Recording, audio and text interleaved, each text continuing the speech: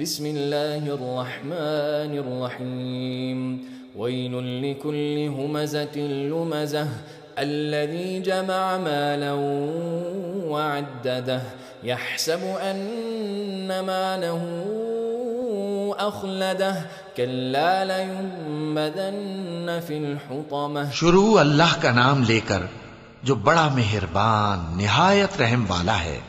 ہر غیبت کرنے والے تانے دینے والے کی خرابی ہے جو مال جمع کرتا ہے اور اس کو گن گن کر رکھتا ہے.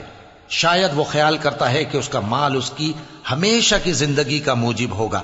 ہرگز نہیں، وہ ضرور حطمہ میں جھونک دیا جائے گا. وما أدراك ما الحطمة نار الله الموقدة التي تطلع على الأفئدة إنها عليهم مؤصدة في عمد ممددة.